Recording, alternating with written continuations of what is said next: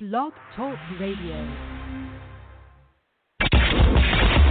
The Judge Joe Brown Show, presented by Valerie Denise Jones. Uncensored truth with a legal twist. Friday, 4 p.m. Eastern Standard Time, 929-477-1167. Now, welcome your host, the celebrity consultant, Valerie Denise Jones.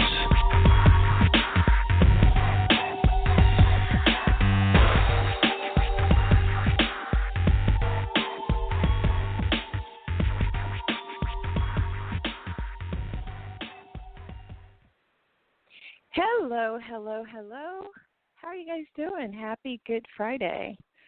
That's just my thing. Don't correct me. I know it's just Friday. But anyway, every day is a good day, especially Fridays. For those of you who have 9 to 5 and you work a 5-day week, I'm sure today is a very, very exciting day for you because it is the perfect way to segue into your fun. Whatever you do for 48 hours, God bless you. 929-477-1167, 929-477-1167. Please block that number in your phone because we want you to join us every Tuesday and Friday at 4 p.m. Eastern Standard Time because we've got so much content for you, and it's always a great time. So tell a friend who will tell a friend. I am Valerie Denise Jones. I am having a great day here in Charlotte, North Carolina. The weather is beautiful. So, man, I am really, really amped up. I'm amped up every day, is what people tell me, but anyway. Especially amped up today because today is going to be a great show. We got someone who is really, really animated, and I absolutely love listening and talking to this person because he is so full of life. His name is Big Meech, and we're going to bring him in here in just a second. What I want to do is just give you guys a few reminders because we had a few technical difficulties last week. Please, please, please, guys, I cannot stress this enough. Please make sure that you control your background noise. It is so, so, so very important for you to do that. If you know that you're going to be moving around and your mic is live, please go on and put yourself on mute so that I will not have to. Because if I have to, then when you're ready to speak, you can't because your mic is muted, which means you can't be a part of the conversation and no one will hear you. All right, so that's the first thing. The second thing is, yes, make sure you got your non-alcoholic libations, pen and paper, because we've got a lot of information to share with you. We definitely love to make you laugh, but our biggest goal is to inspire and educate you. So make sure that you take notes. Also, take notes to everybody's social media. We want you to continue the conversation after the show. Stay in touch. We need each other, guys. Do not forget that. We are all we've got. So there you go, all right? Thank you so much to everybody who joined us via the chat room. I appreciate you so much. And all the conversations that we had on social media prior to today's show. So thank you again. I am at Valerie Denise on Twitter, and the judge is at Judge Joe Brown TV. So please, please, please make sure that you hit the subscribe button so that you can, I don't know, Judge is always throwing stuff out there, relevant stuff that you need. So make sure that you subscribe to all of his platforms. And if you missed any of this, just go over to my website, ValerieDeniseJones.com, and grab what you need, all right? So let's just get this party started. I see that the room is already full. We got a lot of people in.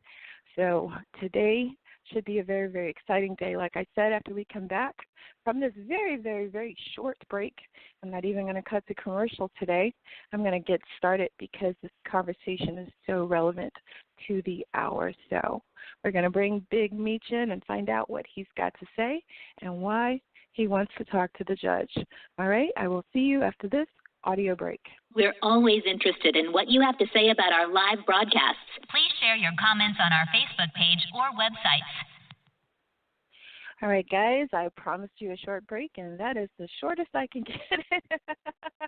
That's pretty much it. All right. So, yes, let's just go on and get going. All right, so I just opened up.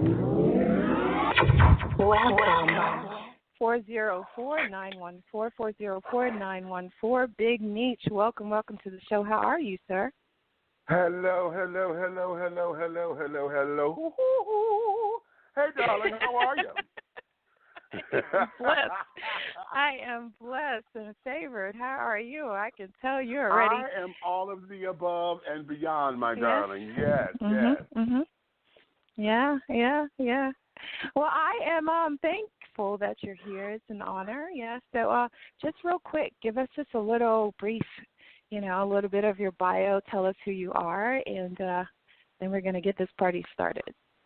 Okay. Well, my name is Demetrius Big Meech Taylor, hailing from Detroit, Michigan.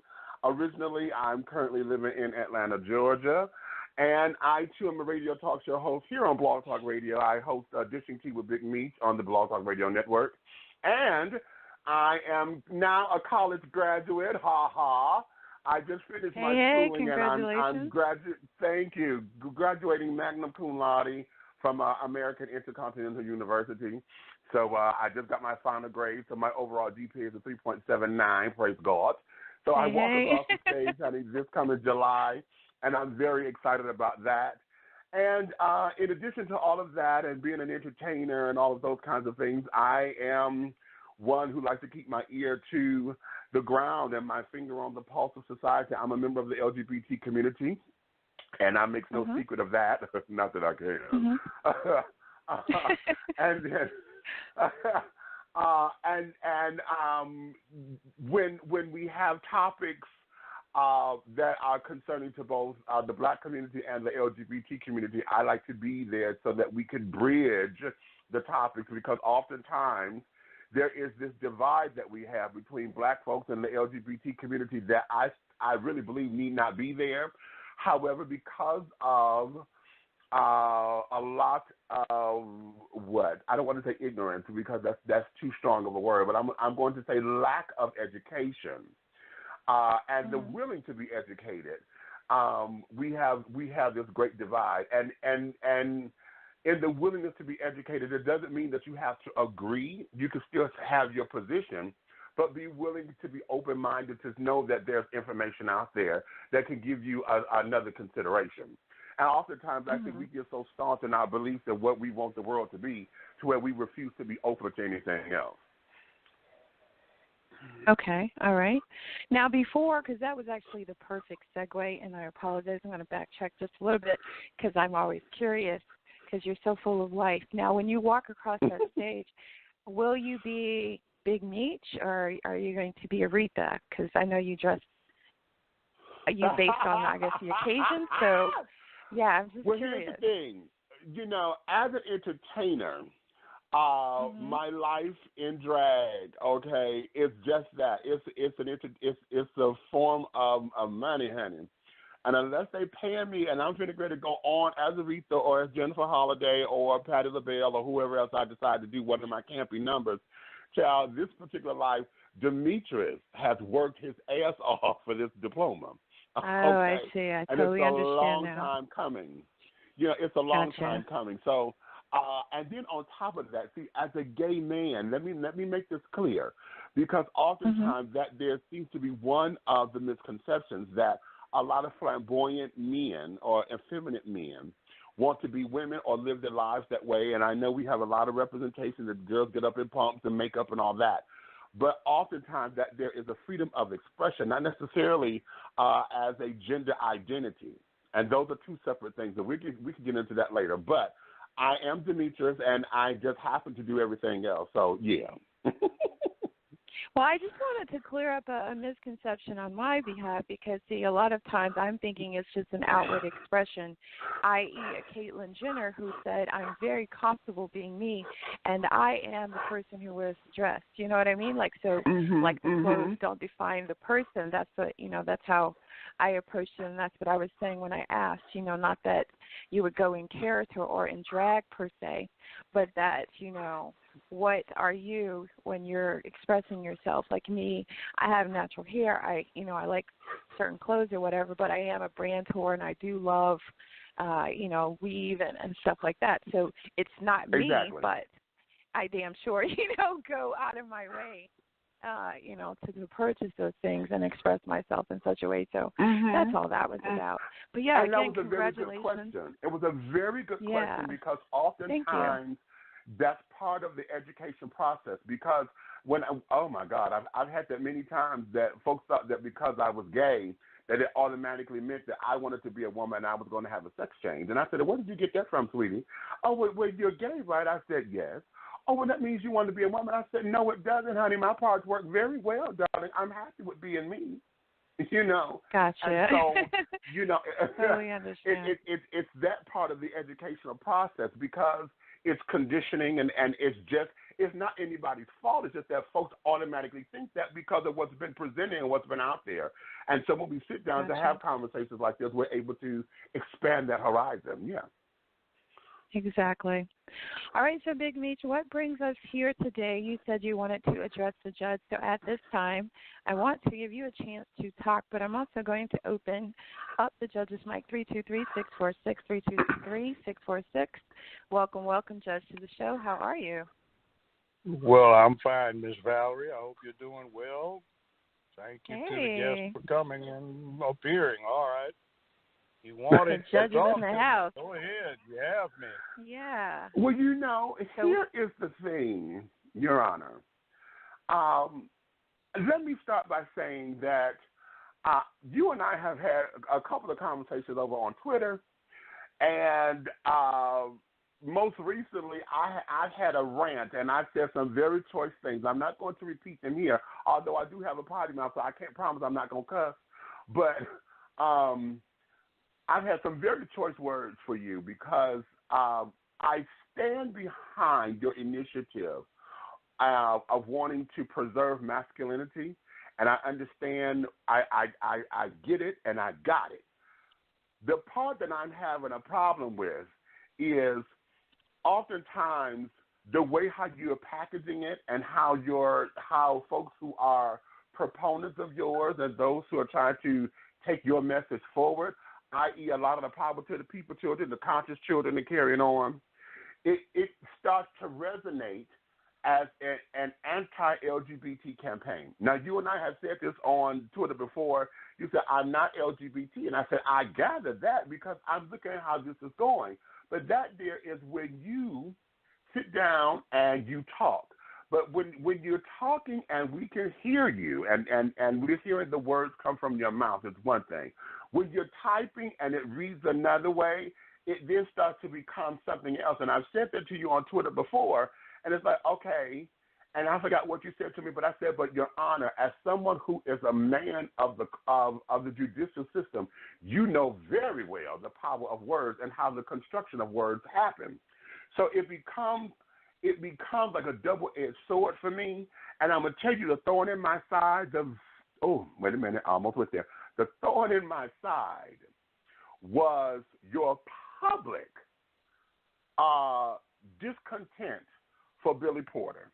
Now, I got it, and I understand because it's not your thing, and I got where you were with that. And had you been at home in the comfort of your living room, whatever, having that conversation, I wouldn't have been privy to it, and it wouldn't have made no difference. But because I found out on YouTube, when you called this man a thing and you called him everything else but a man, yeah, I took great offense to that because I was like, hold on. And even though you said, yes, I'm offended that he wore this tuxedo dress, and as a man, I got offended. I got that. I was right there with you because I can understand that. But then you went out of your way to make sure you wanted to show your discontent and told him how much of a man he ain't. That's what I took reference to because it was like, wait a minute. Just because he's not the man that you want him to be or the man that you feel that masculinity should represent does not mean that he needs to be belittled or called anything other than.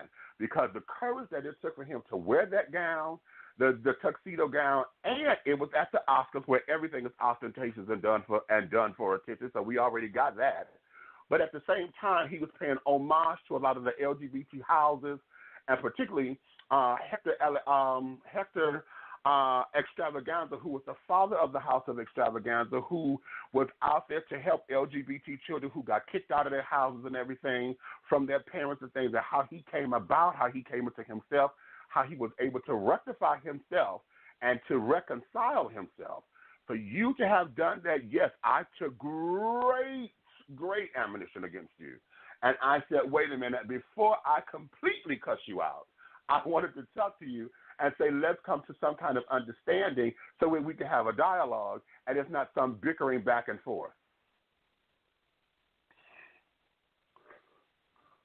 All right. Well, brief reply, very brief. I'm a man. Manhood has been a very, very valuable thing in human evolution and human culture. Men protect things. They make things happen. They make sure that where they live is a better, safer, more secure, more prosperous place filled with ethics and morality. They provide, they protect, they secure. They are men of peace who ensure public peace, order, and dignity, and they can be men of courage and bravery when called for. That is a very, very hard thing to get a child to buy into. So there are things called manhood protocols, the process of masculinity that is inputted into a boy is not what you look like. It's what you think like. It's where it becomes part of your character, that you do those things that cause you to be men of peace who can be brave and courageous when necessary, who get you to take care of those you are obligated to take care of, to provide for your communities, to be willing to die and sacrifice when necessary. We are the ones that set up the protocols of women and children in the lifeboat first, with a few men, few as necessary, to row them to safety. Everybody else perishes first.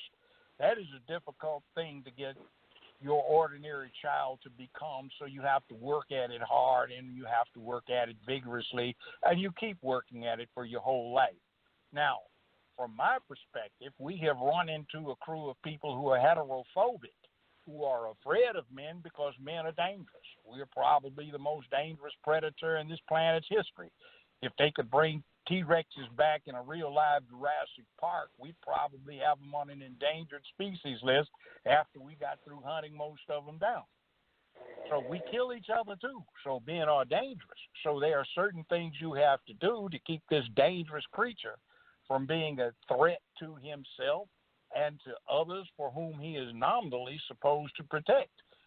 So there are certain things you have to do to keep this creature in line, and the only thing you can do is to do what you need to do so that he keeps himself in line.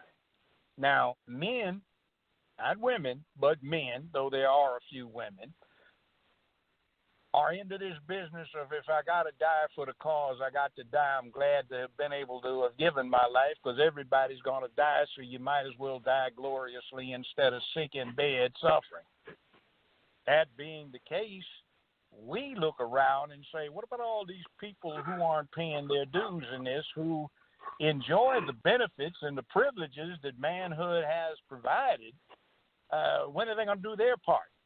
And it's not somebody's part to run around spreading heterophobia, where you attack men, where you start talking about toxic masculinity, which I heard the first time more than 50 years ago is an often repeated plot, because masculinity was looked at as a positive evil. So they do this, they've done this, the media is controlled, and you've got boys acting crazy. And one of the aspects of this is the insane violence we have in the black community, where these boys have no fathers.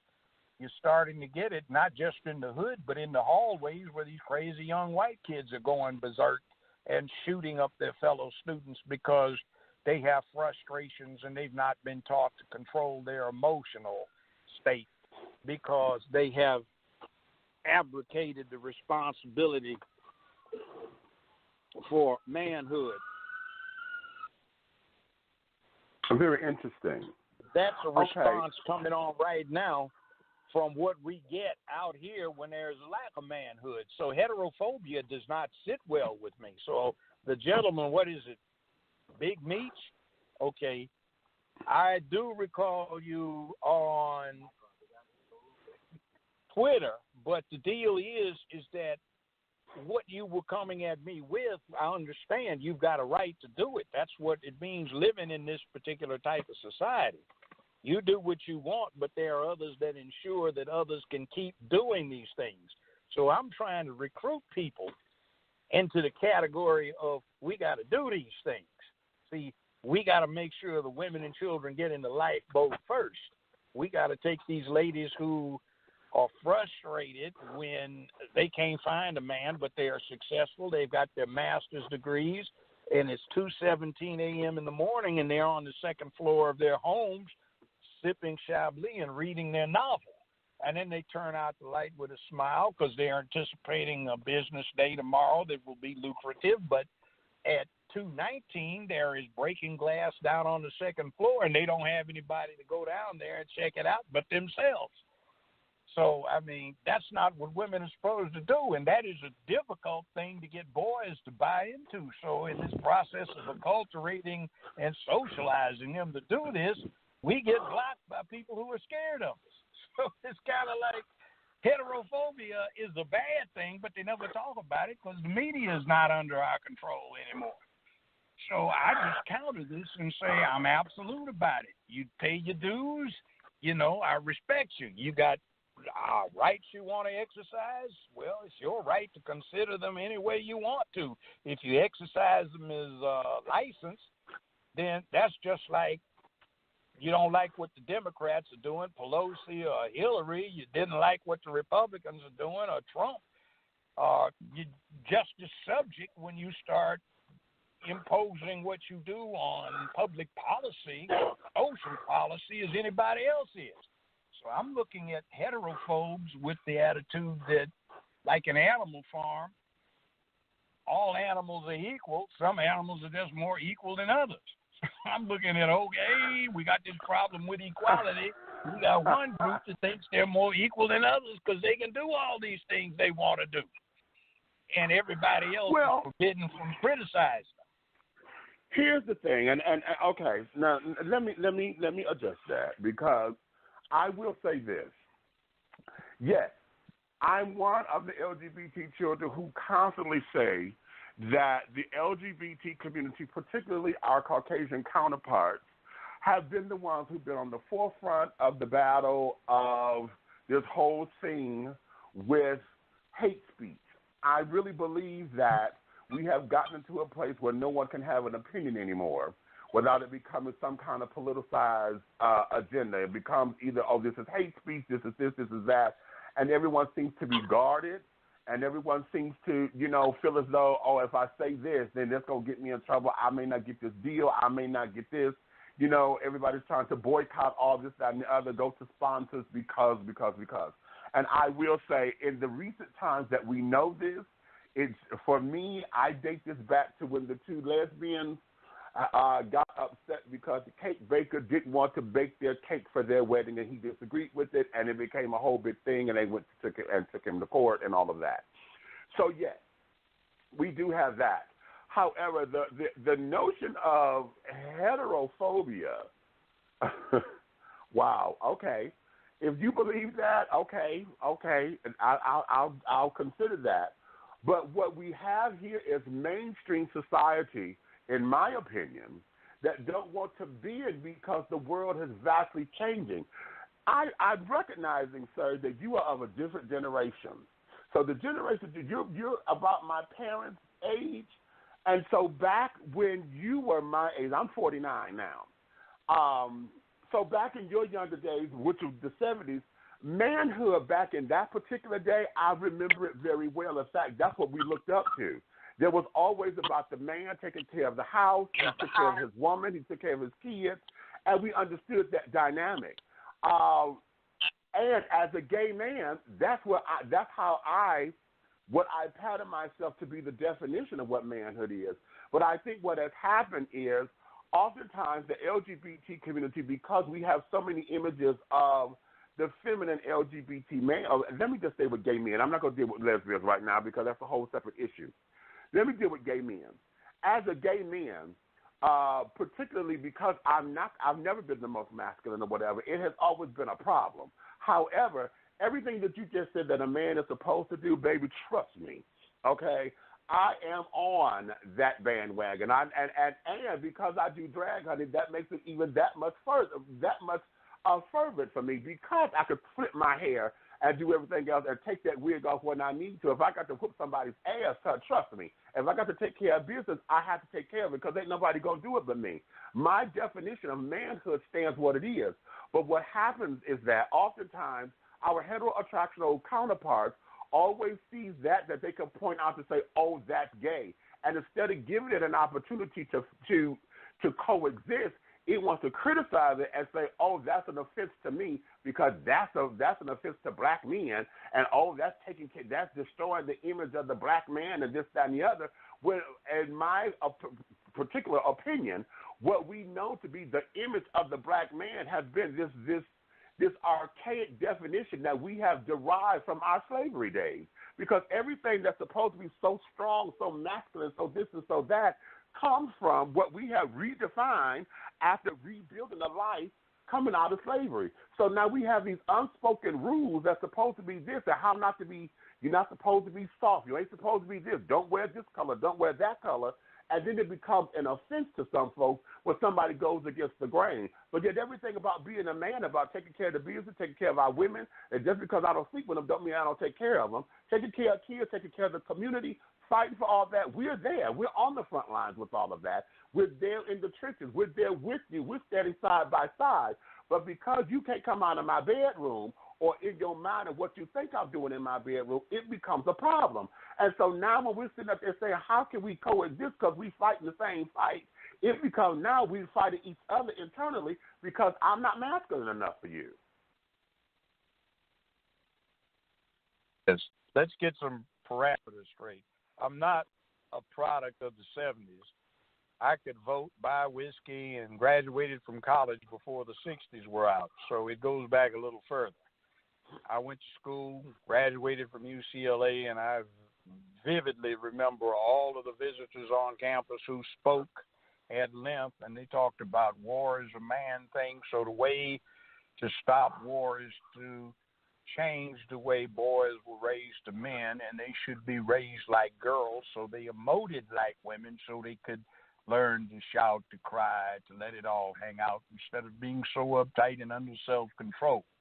I remember what was going on all through the 60s with what are now called soy boys, but at the time were shortly to be called nerds, who could not handle being male white in a masculine society. I recall the man-hating types that really were upset with an XX chromosome instead of an XY. I remember the lesbian crowd that jumped in it. I remember the nascent gay crowd. And I remember when Hollywood got taken over by what now is characterized as LGBTQ, which engaged in a 50-year-long propaganda campaign to normalize America's perspective of things so that what was formerly verboten now became acceptable. The only problem with that is as I said before, it's very difficult going through what you have to go through to acculturate and to socialize a boy to become a man. Now, in this process, you have to remember that those who went through it are well aware that part of the process was to emasculate the masculine component of society. Now, I learned something from way back then, too. There are basically two types of homosexuals. There are those who despise the opposite sex, and there are those who want to be the opposite sex. They don't look alike, and whereas you have the effeminate male versus maybe the extremely macho male who happens to be a woman hater. But you see, there are two different types, but the bottom line is what's going on is Mother Nature spent 3.8 billion years setting up a game plan, and it's not anybody's fault that they want to go away from it or are compelled to go away from it. But you don't sit there and you whack the whole scheme just to accommodate a few folk. I know people that friends that lost limbs in Vietnam, got half a face blown off. I mean, I feel sorry for them. I've got people whose nephews or grandnephews or grandsons suffered in the sand pile over the last 25, going on 30 years. But although you accommodate them, you don't tell everybody, go cut one of your arms or legs off or tear off half your face so you can commiserate with the unfortunate. That's not what we do. But, yes, there are things, but the bottom line is that we're not just talking about those who flame. I can remember at Paramount there was a PR vice president, and I remember we were in New York for a conference, a bunch of us, and a flamer got on the elevator and he got off. So when he finally got up to the floor for the conference, everybody says, "Hey, I thought you were that way."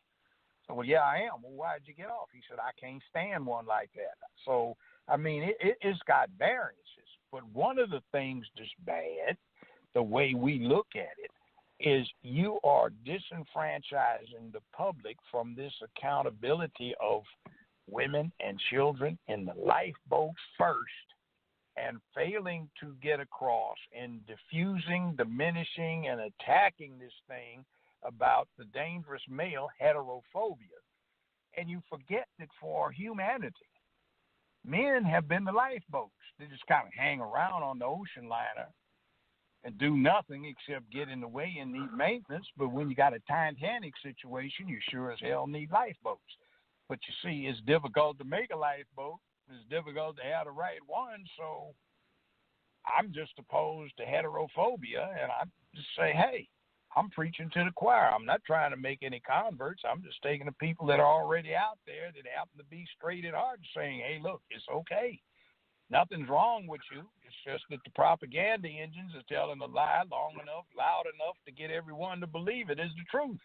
And by the way, I'm not into belief. I have no beliefs. I have opinions, which based on the latest information, data, rationale, logic, and analysis are what I hold, but I can change them. But the deal is I'm just aware of a whole lot of things that get left out of the equation. And what I dealt with for 5 decades was violence. I was the public defender for the city of Memphis, not an assistant. I was the head man. I had a short career as prosecutor. I was a criminal defense lawyer. I was a criminal court judge, got elected to 2 8-year terms. But what I did see was there were some common things missing in those people who engaged in antisocial violence.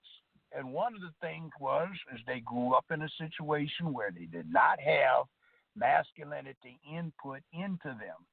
And they became an untamed, wild addition, a feral addition of the most dangerous animal in the planet's history. Now, I know that there are gays who are peaceful. I know there are gays who will fight. But the problem is that the overlay that they put out there in their opposition to traditional masculinity is used as an excuse by some not to do their part. In other words, this is what you do. Well, I don't have to do that. That's passé.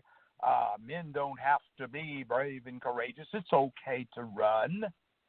And it is what it is. Now, I have a little test I put on people to find out where they're coming from. I said, okay, let's say it's 500 years ago, 5,000 years ago. Doesn't make any difference where. Somewhere in the world, you're coming down a forest or a jungle trail, or you're out on the savannah and you come over a hill. You've got an antelope or a small deer that you've killed. You're coming back so it can be eaten for food. And as you approach your village, you become aware that there is a war party from a rival village about to fall on your people and kill them. Nobody's looking. Do you sound the alarm and risk your life? Do you sound the alarm and attack from the rear so your people get a chance to arm and protect themselves? Or do you run? Some people say, well, you got to go, you got to go. You got to do what you got to do. Other people say, well, I turn around and run. Well, how could you do that? Well, you said there's nobody looking. Well, why does there have to be anybody looking when the most important witness in the world is looking? Well, I thought you said nobody's looking. Right. It's you. But you see, that's hard to put into somebody. and we are getting that taken out of the equation. So when it gets taken out of a national equation, like it did in Great Britain 100 years ago, they fall. And the People's Republic of China, Russia, the Middle East, parts of Africa, South America, Asia, they're waiting in the wings. So this is a problem. I look at what's going on in our hoods, and we don't have this masculinity anymore. I'm going to add a caveat to that. Before you address that, give me just a second. Here, when we find a perfect way to segue, I would also like to add Christian to the conversation. So, Meach, after you speak, I am going to open up Christian's mic. Okay.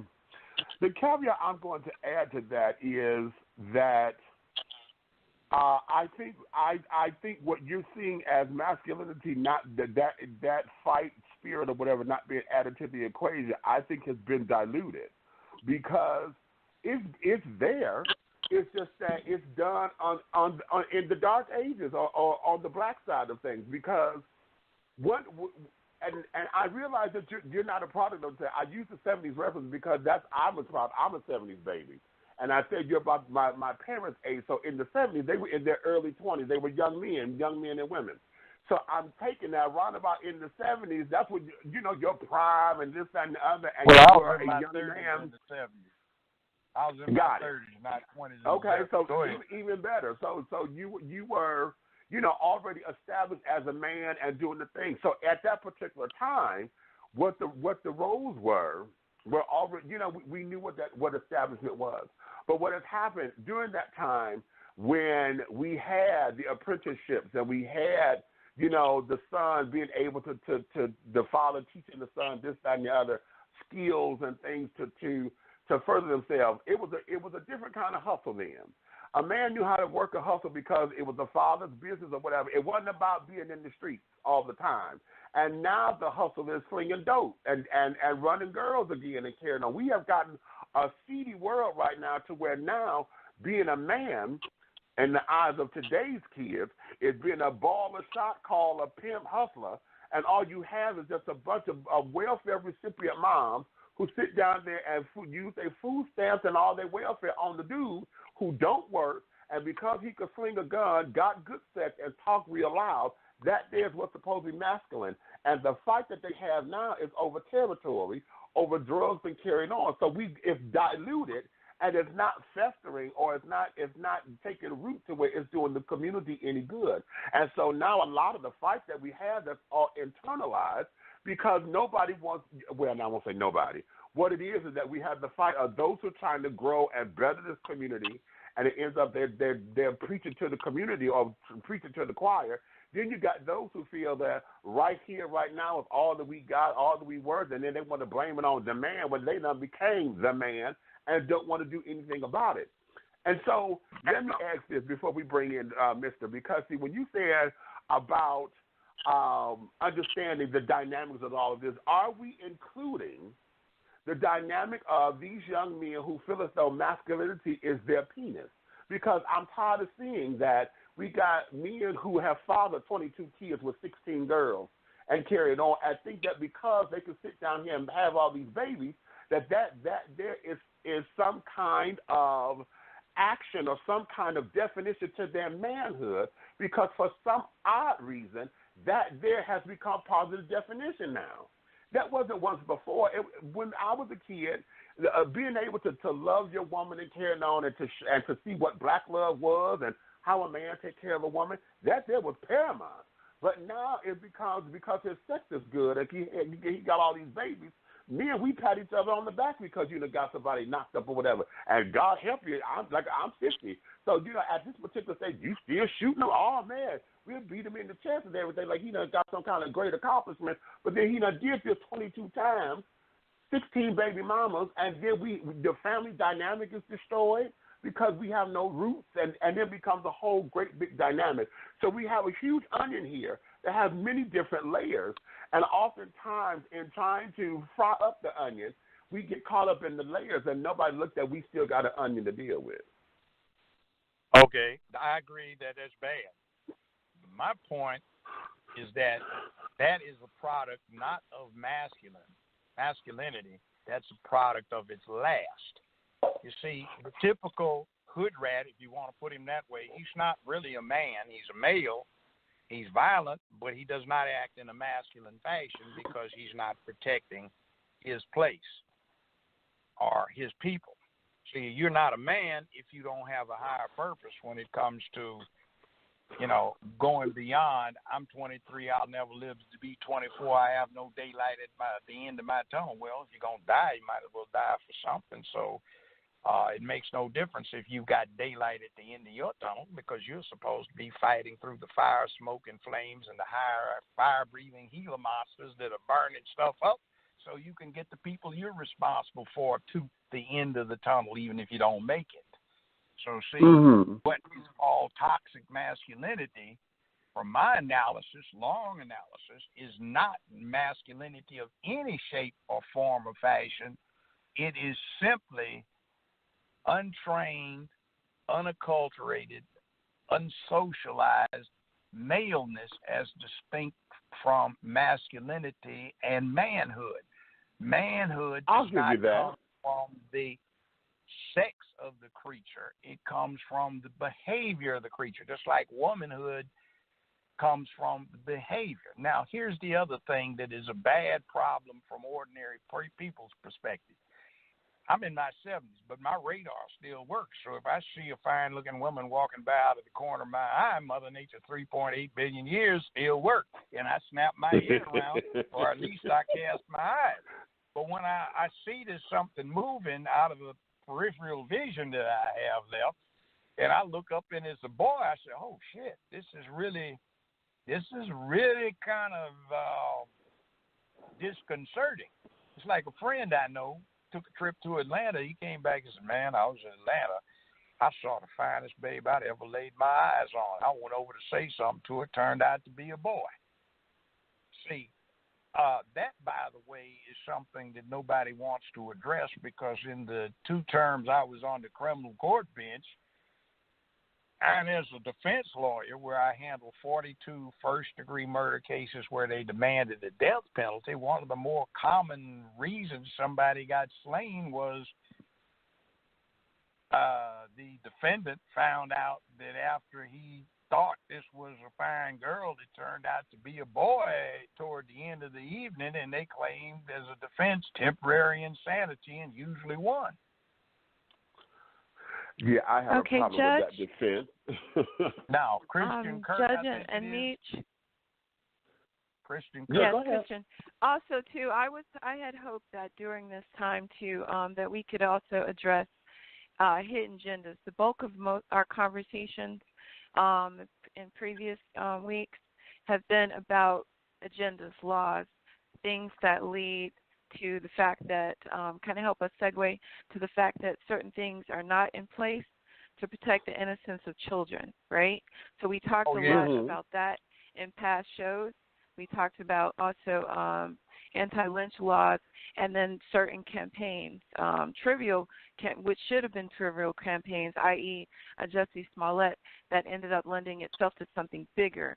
So I would definitely love to have a conversation about a sexual agenda in addition to what you guys are talking about before, we wrap today's show, and also possibly, hopefully, get a few questions. I'm just not sure. But welcome right now our Christian Kirk.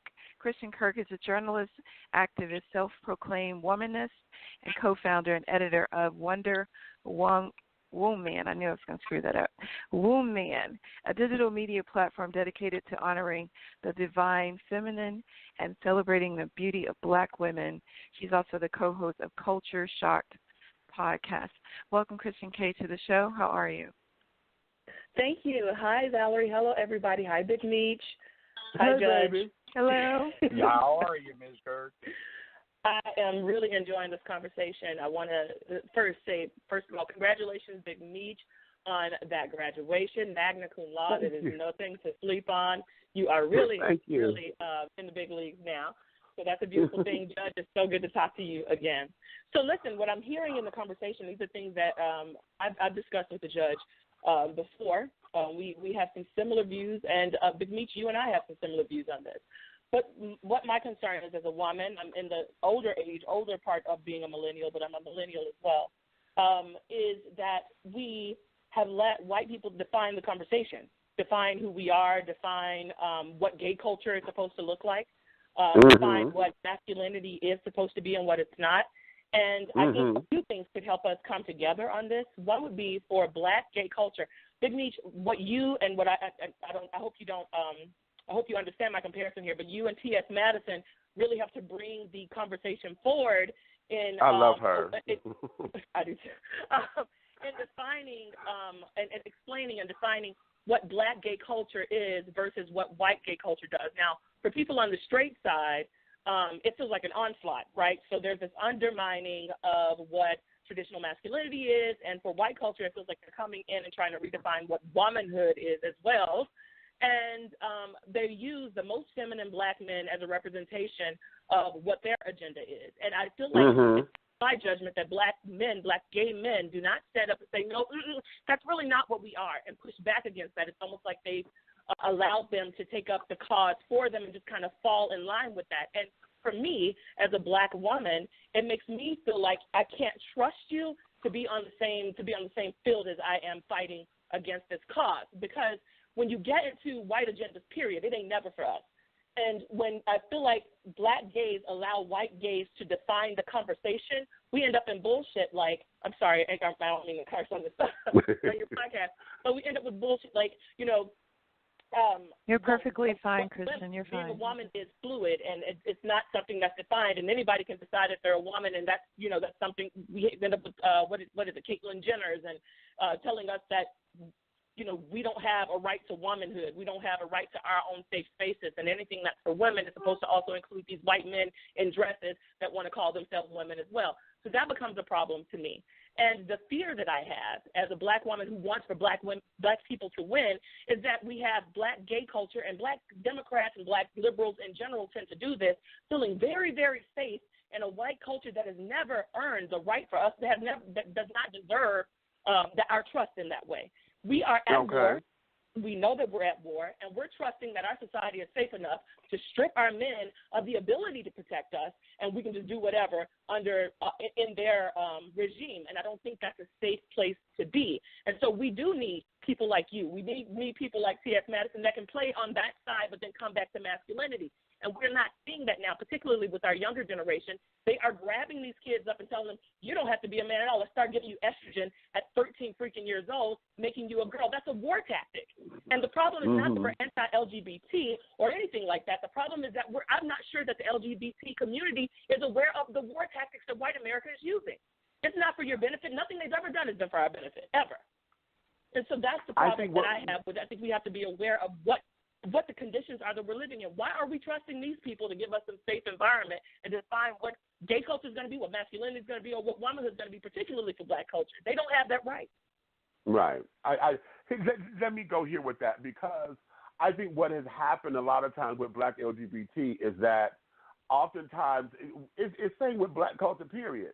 We don't have the leaders. Everybody's looking for a new Martin Luther King. They're looking for a new Malcolm X. They're looking for, they're looking for somebody that's going to champion it versus making sure or understanding that we are our own champions, you see.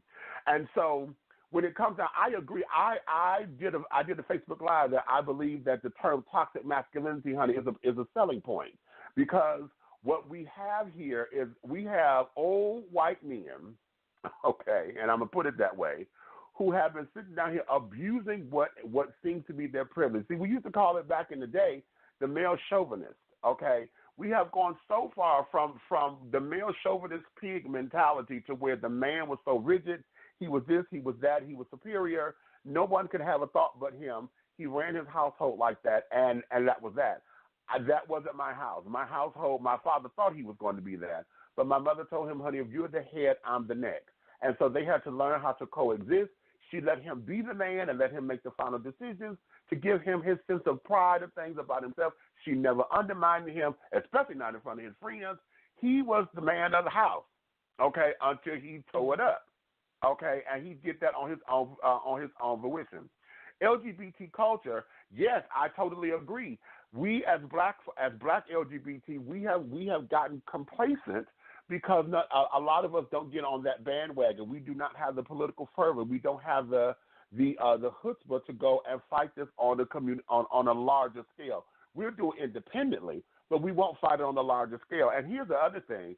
Oftentimes, because the narrative comes from our Caucasian counterparts of LGBT culture, see, I said this before, we have a number of straight actors, straight appearing, not down low, they're out and open, but oftentimes because society won't allow that part of gay to stand out and be a part of the definition because they can't point it out. See, a straight actor, straight appearing man walks down the street, he looks just like everything else. You say you don't want us throwing it down your face. Okay, they don't. You say you don't want to be in my bedroom.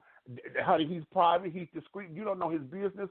And then all of a sudden, if it comes out because you done caught him coming home, he done picked up and got a little nightcap or whatever, because you found out, then it becomes this big old explosion.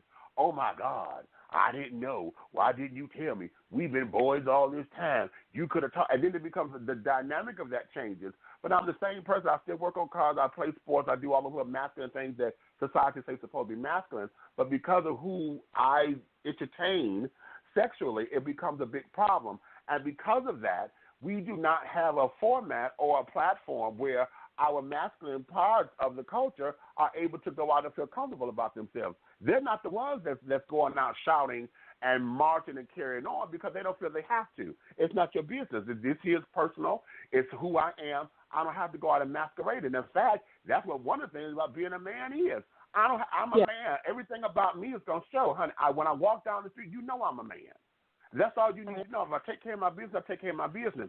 And so because we have that dynamic, we don't have, we don't have the full definition of what black LGBT is. It comes from someone like me who is not that masculine and could do drag and this, that, and the other, who has to sit down there and educate and talk to folks on that particular level, because when we get the argument of, oh, the LGBT community don't do this, don't do that, then it becomes, okay, well, wait a minute, hold up, because you have a point to a point. We're not out there in the numbers, but we are doing it. We just now got to stop preaching to the choir. The choir got to get out here and sing and do an A and B selection and take up a collection, because that's what this is.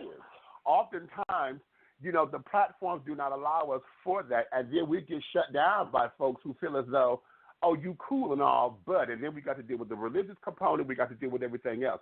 Our trans community, when we deal with the whole trans issue, I take offense to those who feel as though they could tell somebody they do not have the right to tell me this, that, and the other, because my experience is different. A trans woman can't tell a biological woman, oh, womanhood ain't just for you. That's ridiculous. That there is ridiculous. Now, what she can say is womanhood, the concept of womanhood as it has expounded because I'm trans. And that's a whole different conversation. A lot of folks are not ready for that because we live in a world that's very subjective. We want it to be black and white. A lot of folks don't want to deal with the gray. They don't want to deal with the color. And that's fine. That's fine. But at the same time of it being fine, we cannot dismiss that it exists. But because it exists, we have to make sure that its existence does not say that my existence is to parlay or is supposed to destroy yours. See, that's where a lot of the battle comes into play, because a lot of folks want to sit down there and they want to flip their hair and snap a finger and say, okay, I'm here. Okay, be here, bitch, but hell, just because you here, do not sit down there and cut in front of the goddamn line. I'm waiting on my damn check just like you are. Yes. And I agree with you there. Everything you said, I agree with there. My issue, and this is the thing that I would like to see, and I'm sure, and this is because I've heard this from my gay friends for years. I've had the same conversation with a gay friend at least 10 years ago about black, gay, masculine men having visibility.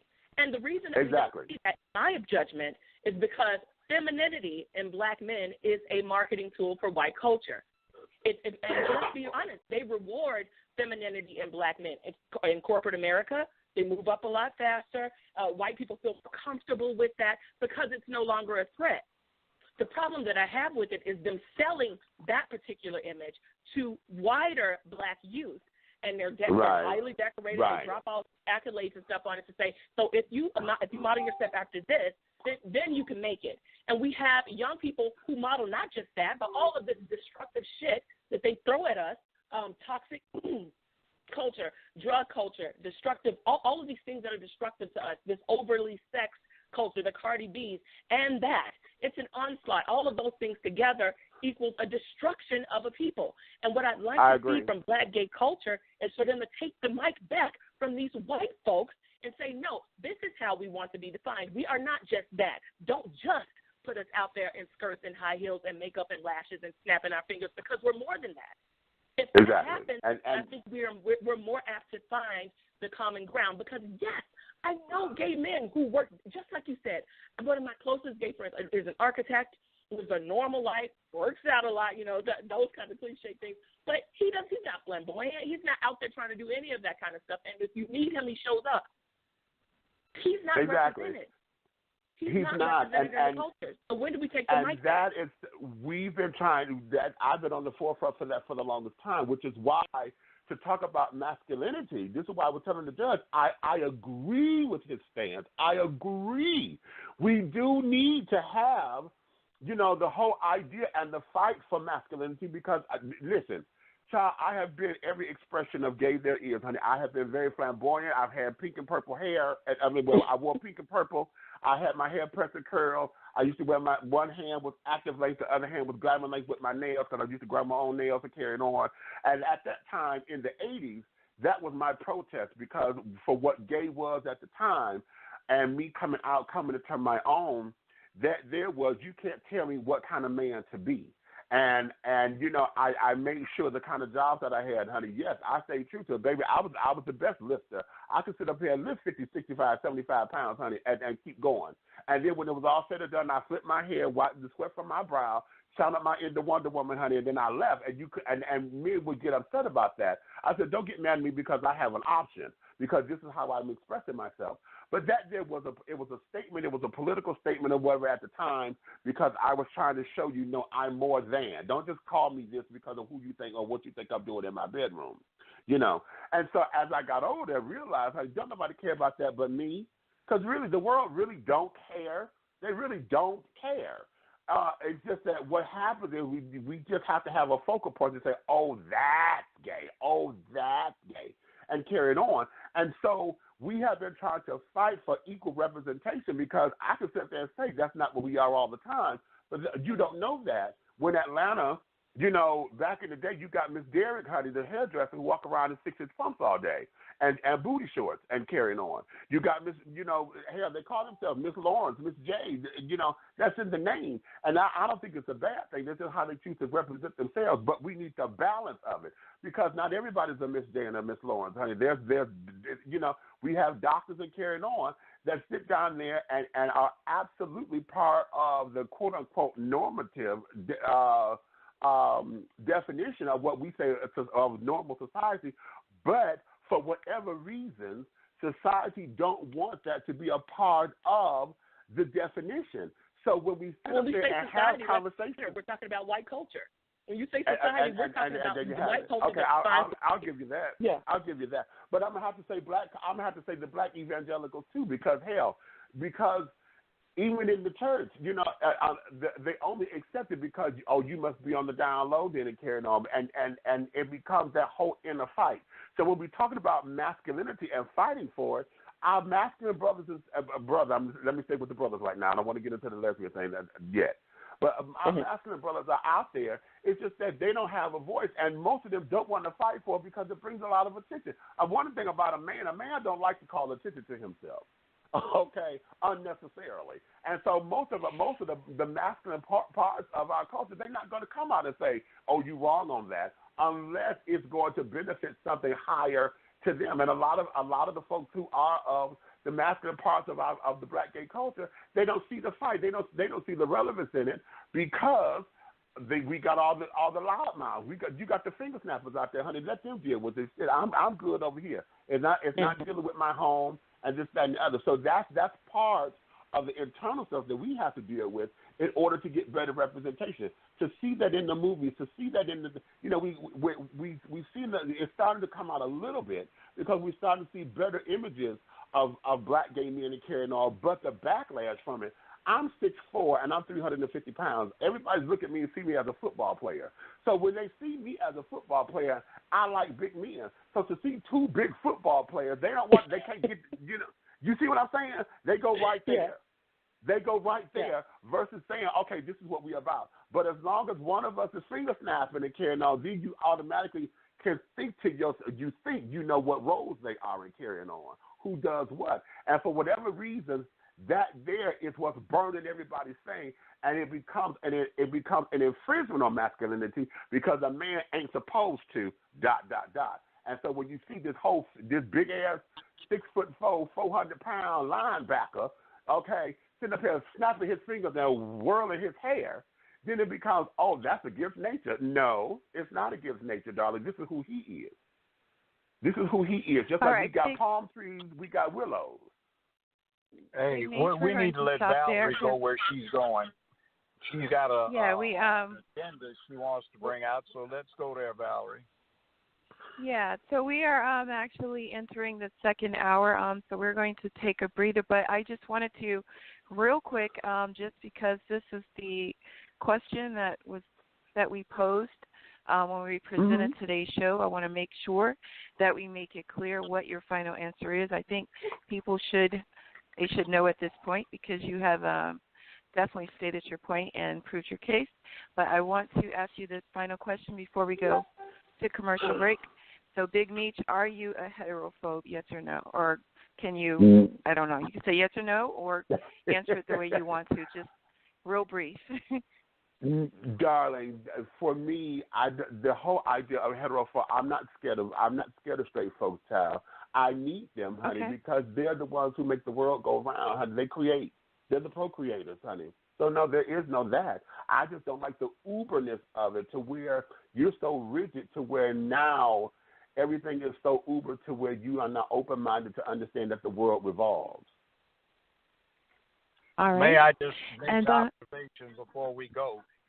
One of the objections the straight world has to the gay world is that these days the whole dialogue is phrased or cast in terms of the gay perspective. It's homophobic rather than heterosexual, pushing back against heterophobic behavior. So you got that dialogue going there. It's like we notice the change of things. It's like you just said, Big Meech.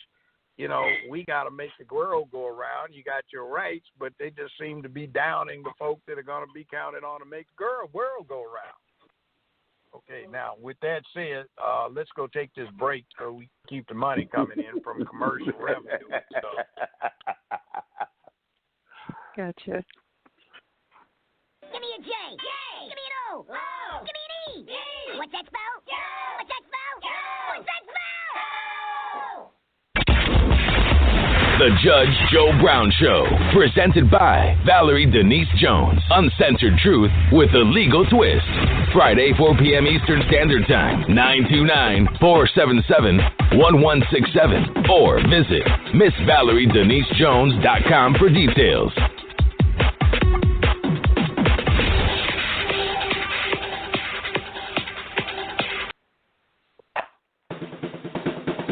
Are you ready to make money?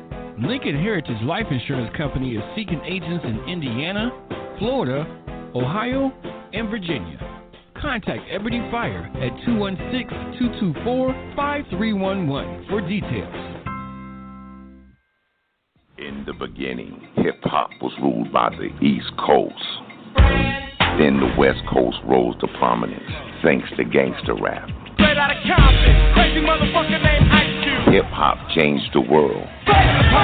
Gangster rap changed the narrative. I'm representing for the gangsters all across the world. And then changed the world again. 'Cause I'll come and take your life away. The history of gangster rap features unheard stories, unseen photos and documents, all with exclusive interviews from the founders and players who shaped gangster rap. I think a real gangster rapper has to scare you a little bit. The history of gangster rap, written by veteran rap journalist Soren Baker. Yo, what up? This is DJ Quick. Be sure to pick up my homeboy Soren Baker's book, The History of Gangster Rap, if you really want to know what we do.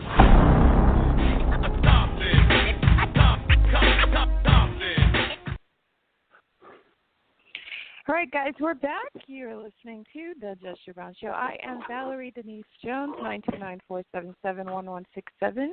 I hope your page, your paper is full of notes because you have a lot to choose from. And we hope, again, that you continue this conversation after today's show because it's very, very relevant to the hour.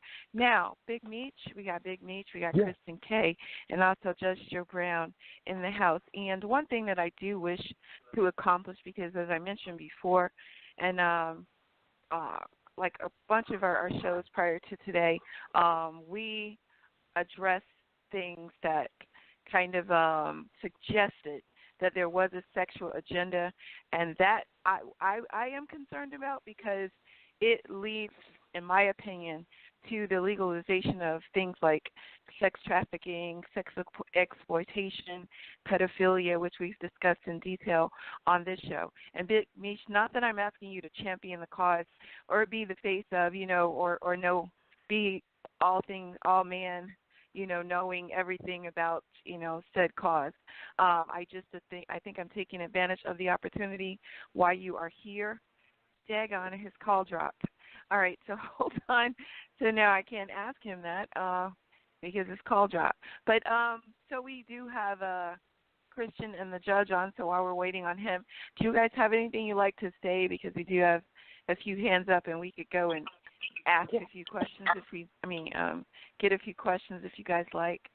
Do you have anything to say to what I just said? I do. Well, Meach mentioned he hit on some really important topics. And, it comes back around to one of my concerns about black gay men like Meach being more out in the forefront and speaking out against some of these issues. One of them being, first of all, how white culture has framed black culture and our relationship with black gays, and them kind of allowing that stereotype to move forward without acknowledgement of the fact that we have always just included whoever was gay in our same family festivities. If we didn't make it special, we just dealt with it as is. And that's not to say that there wasn't some discrimination they felt, but heck, I felt discrimination growing up in my family as a fat kid. That's not to say that you're not going to experience anything negative. But the problem is how we've allowed white America to frame black culture in general as homophobic.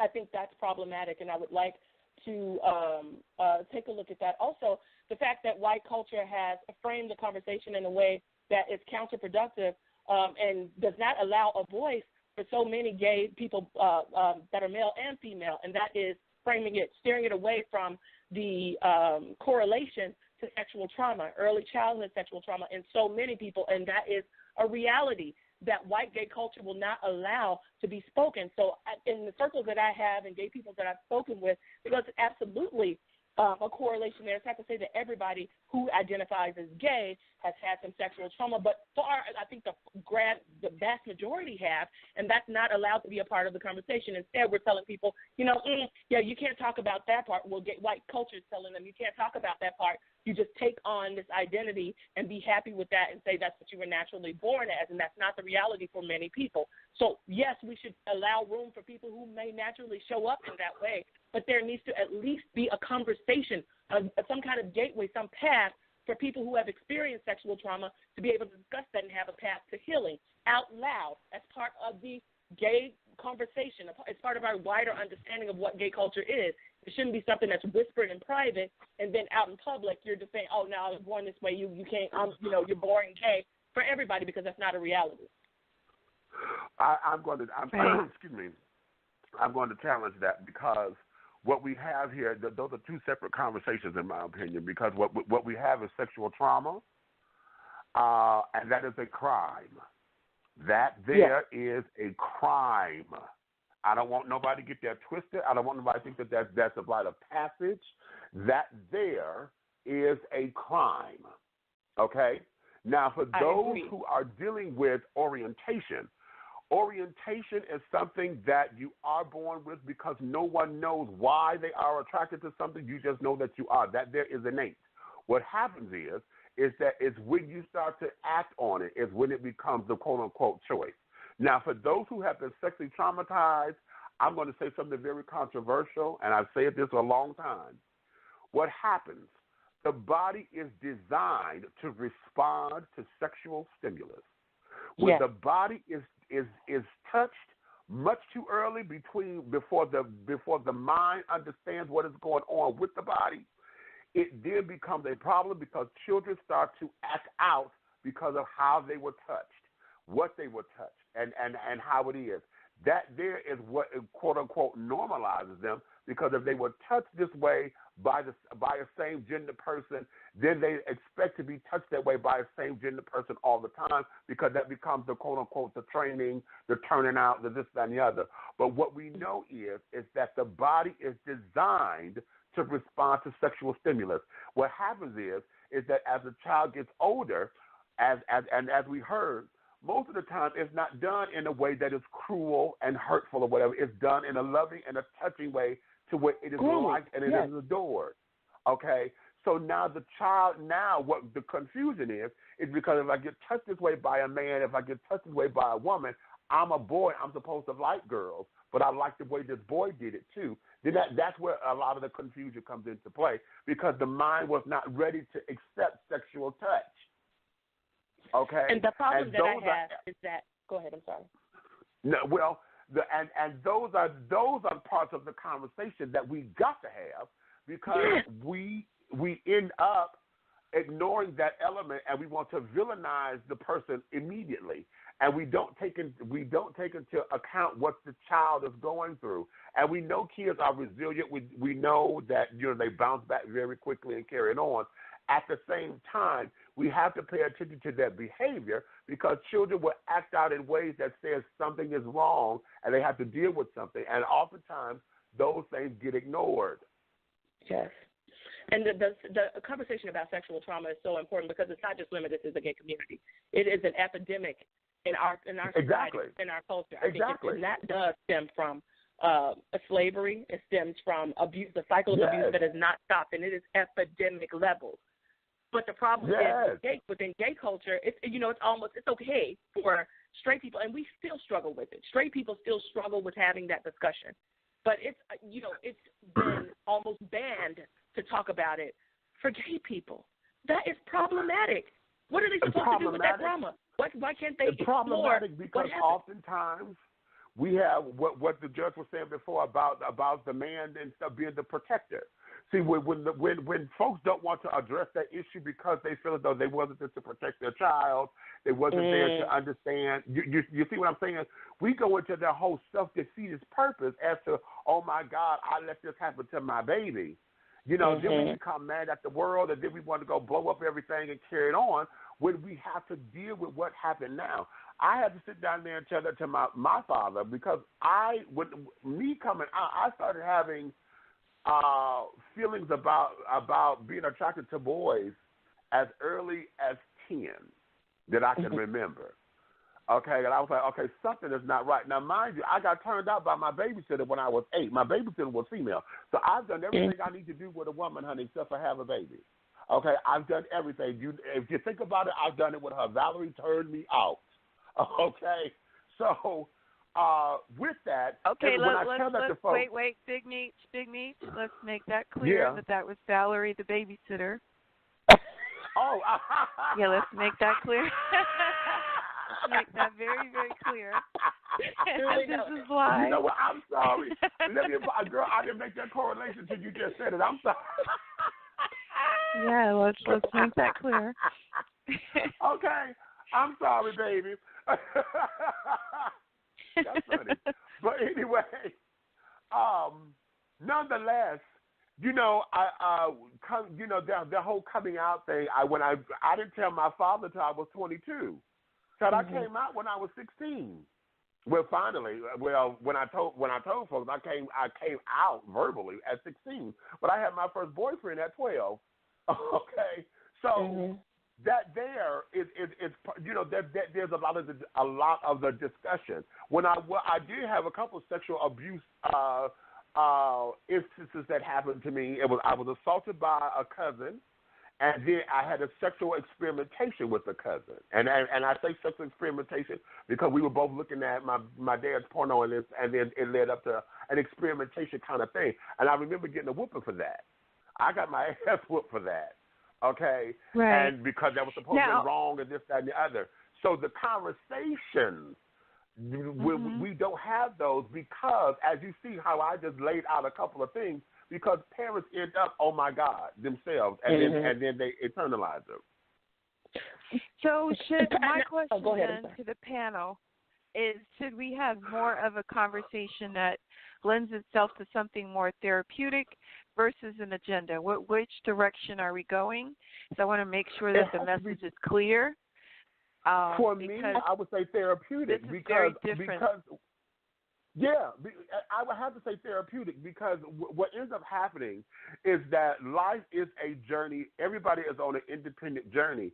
And so what makes us relevant, what makes us the soldiers, what makes us being able to stand in the trenches and carry it on is the fact that I've been able to handle my shit. My mind is clear. I know the kind of man I am because my mind is clear. I'm not dealing with this. It's just like when you go pay your bills, child. When you go down there to the light company or whatever and give them your money, you know damn well the lights better be on when I come here. Why? Because it is clear. I gave you what you said I owe. So we have no discussion here. It becomes that. If it becomes an agenda, that means we're trying to politicize it. And for the longest time, we keep saying we don't want the government in our bedrooms and in our houses to carry it on. But everything has to become so much of a political thing to where the government is everywhere. And so now we get mad because the government say we can't do this, mad because we can't do that, and then yet we telling them that we want political intervention because we done made everything an agenda. I agree that it should definitely be a therapy. I agree that it should definitely be a therapy. The one thing that I wanted to, I'm really excited that this is, I almost feel like a Dr. Phil right now. This is really cool. That's good, but I just want to make sure that because we have the judge here that we make that point too, that we have to be careful because certain things are in place that has a tendency to dumb us down, right? Because there is something bigger lurking in the darkness that isn't so much, I don't even know the best way to put this because I don't want to change the energy or the direction. We seem to be on the same team here. But I want us to have a us versus them, which is a bigger conversation here. So now that we understand that we're of the same, I think that this is a very colorful, no pun intended, conversation. But I now want to make sure that we make it very, very clear that once we leave this conversation, we have real, even bigger issues versus just being comfortable in our skin, right? That we have to deal with, again, things that are about how we're being exploited, how our issues are being exploited, right? And even how certain things that should be for us, certain, things that should make us equal, but it is, for whatever reason, for somebody else as opposed to us, and we seem to be at the bottom of the totem pole, when receiving it. So, Judge, are you there? Because again, a Big Meech, when I asked you to be face of here to champion any cause, I'm definitely not saying that. Yes. So, Judge, do you Okay. Let me say this. Sure. What I'm listening to from Big Meech is interesting. It's a little thought about situation about the black versus white LGBT crowd. There is, of course, that conflict that exists in everything that's in this country or this country touches. It's part of the fabric of the country. It's a disease, but it's chronic. Now, one of the things that I've noticed is that there is a part of the LGBTQ community that's trying to push their position. There's another part of it that seems to be engaged more in being anti-hetero than it is pro-homo. And I would say that because I have noticed when you are advocating for something or claim to advocate for something, there is one possible approach, and that's to push the strong points of what you're advocating or the righteousness of what you're pushing, and then the other one is to attack the opposition. Now, when I say I look at this whole thing as heterophobia, I'm looking at it as predominantly the agenda is pushed on being anti-straight. And I see that as coming, and I saw that coming from, let's say, the white side of things more than 50 years ago. So that is something that needs to be looked at, and it's something that needs to be kept in mind because it's dangerous. Now, personally, I don't have anything against what anybody wants to do behind closed doors. I have some openly gay people on my staff, one or two of whom I pay more than 6 figures a year. So they do their job, they do it well, but they know what my position is. You do what you want to do, but when you start trying to use it as a justification to down what I think is necessary for the other side of the fence, then I'm going to push back. So my position is uncompromising when it comes to manhood, and the way things are going right now, I don't think I need to apologize to, give slack to the LGBT crowd when they push social policy or political agendas, because they seem to be doing quite well. So if they just talked about an accommodation, that's one thing. But I'm looking at a piece-by-piece destruction of what they're going through and doing.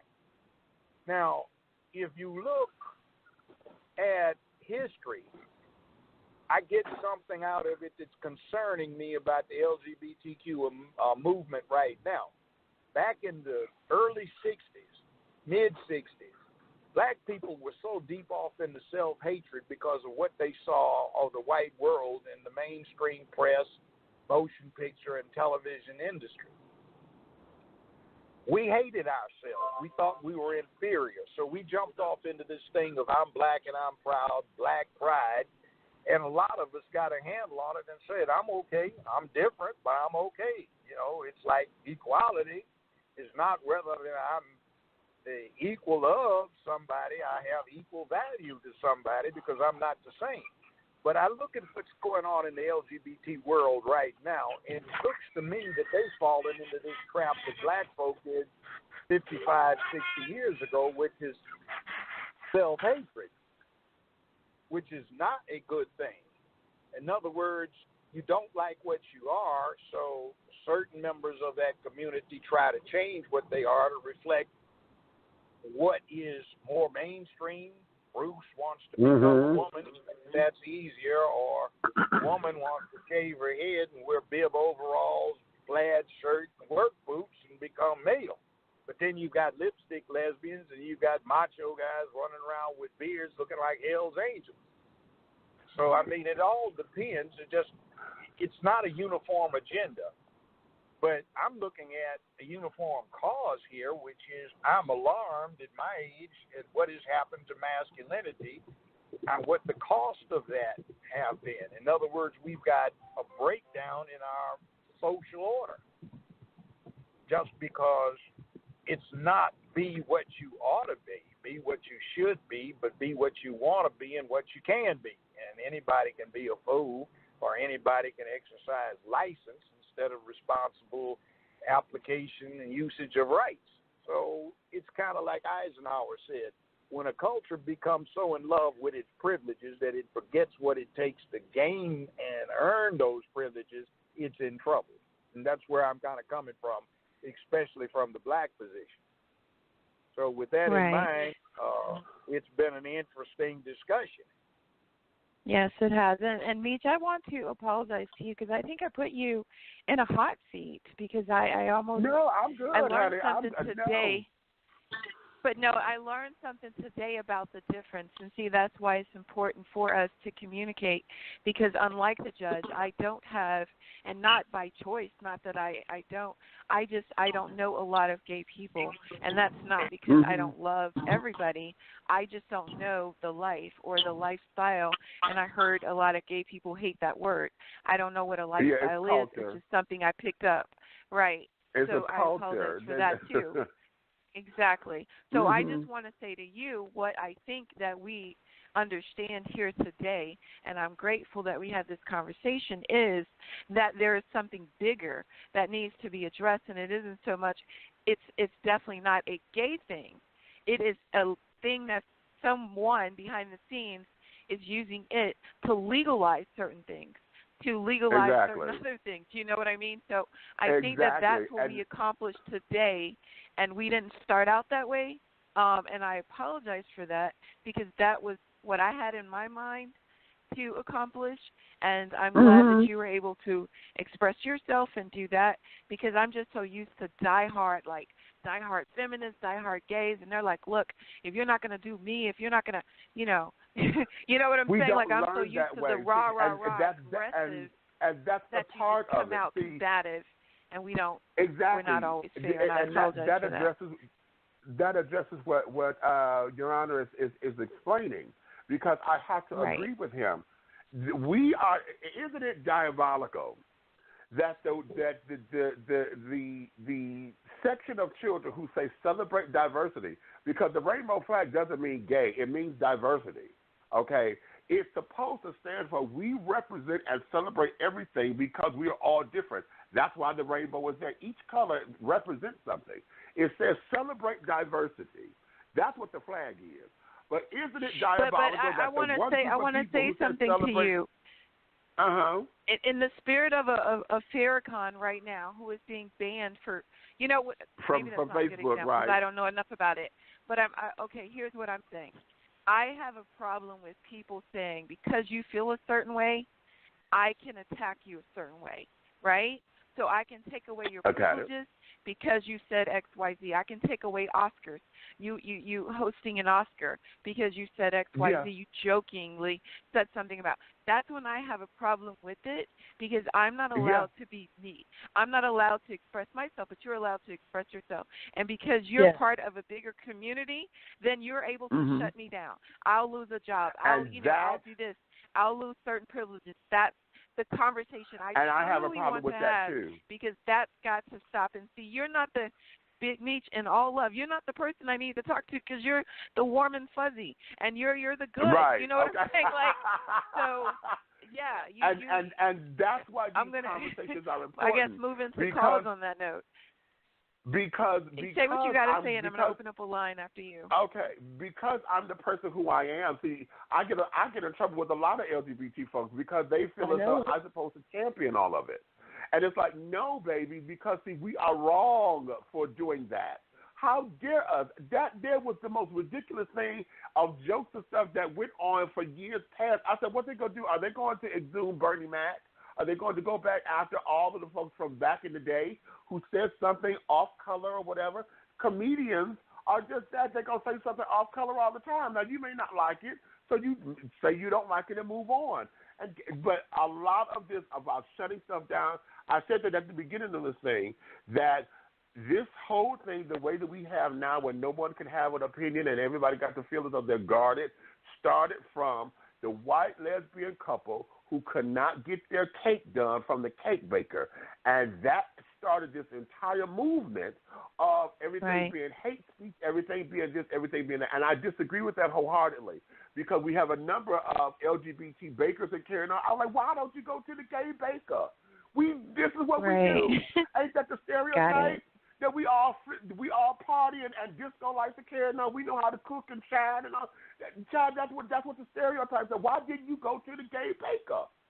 And so a lot of that, and a lot of like that. To chime in here. You had called Big Meech the warm and fuzzy, and for me, I grew up. My parents are musicians, and my mom grew up, was in theater. I grew up around a lot of gays.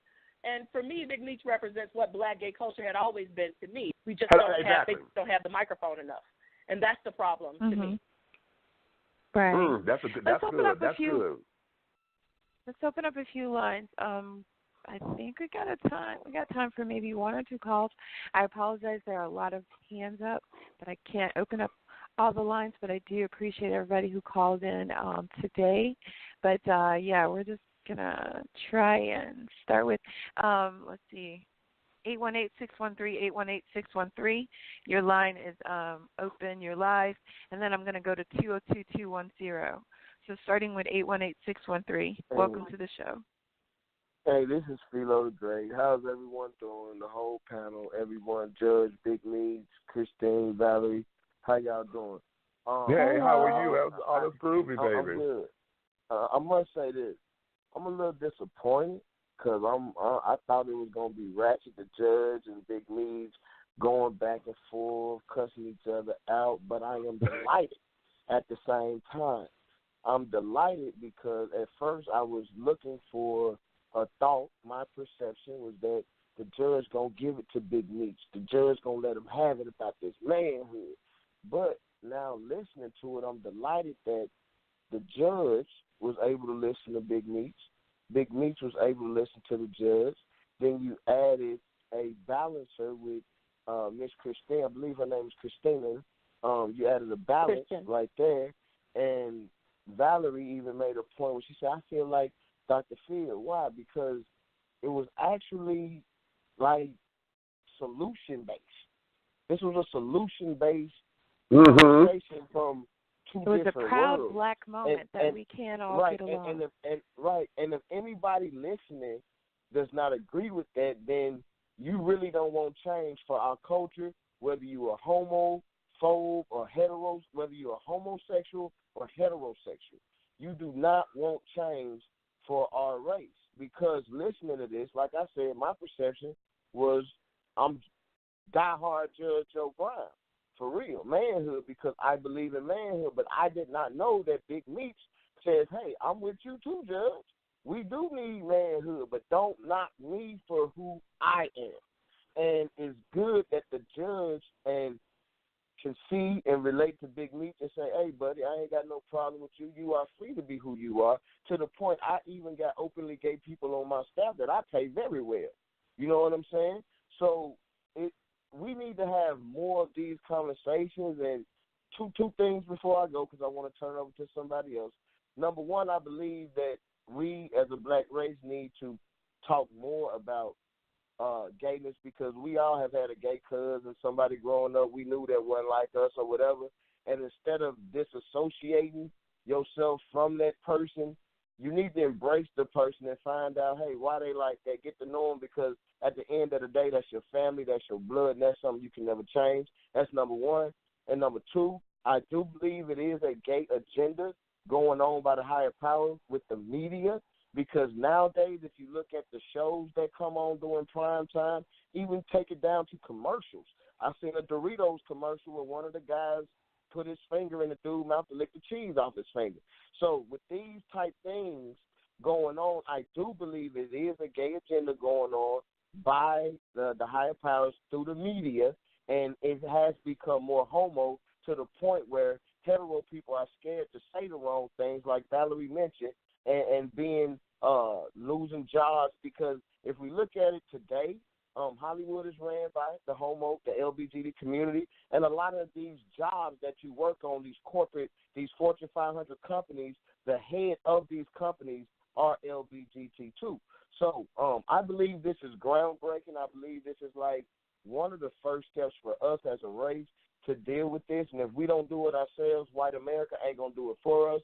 So I hope everybody rallies around this show, come back, and Valerie, you need to do a part 2 to address, I hope you all will do a part 2 and 3 to address those issues, like Big Meech said, if you get touched by an older person, that's a crime.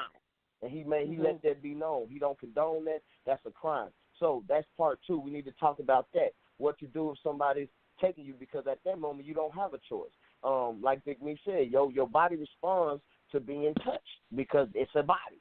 You know what I mean? But your mind ain't mature to accept it. So these things really need to be had. And as a straight man, I'm happy as shit to hear two men from two different walks of life, from two different eras, have this discussion. Much love, Valerie. Great show. Thank you. I appreciate that. And I think, too, the misconception is that when the judge speaks, people think he's talking about your sexual activity. He said that all the time. I'm not. And I don't think that people hear it that way. They just hear gay and they run with it. Exactly. He is not talking about what you do behind closed doors. he's talking about policy. He's talking about agenda.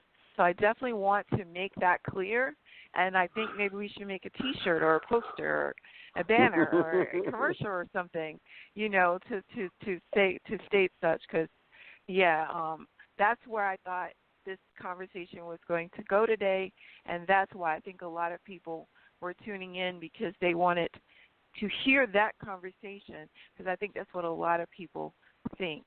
And, so we're going to keep moving forward. Again, much love to you, Big Meech. You're definitely, our hero of today. Because,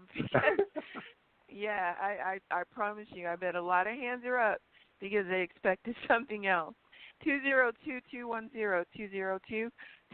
I think you're going to be our last call today, because we're down to 20 minutes, and we got to give our outro and our guest a channel. This is L.A. from the CLE. How's everybody doing? How are you? How's everyone doing? Baby, how are you? I'm good, thank you. Big Meech, I commend you for your honors, your cum laude. I mean, that is a really big honor. And thank you. I just want you to know the world is not changing at all.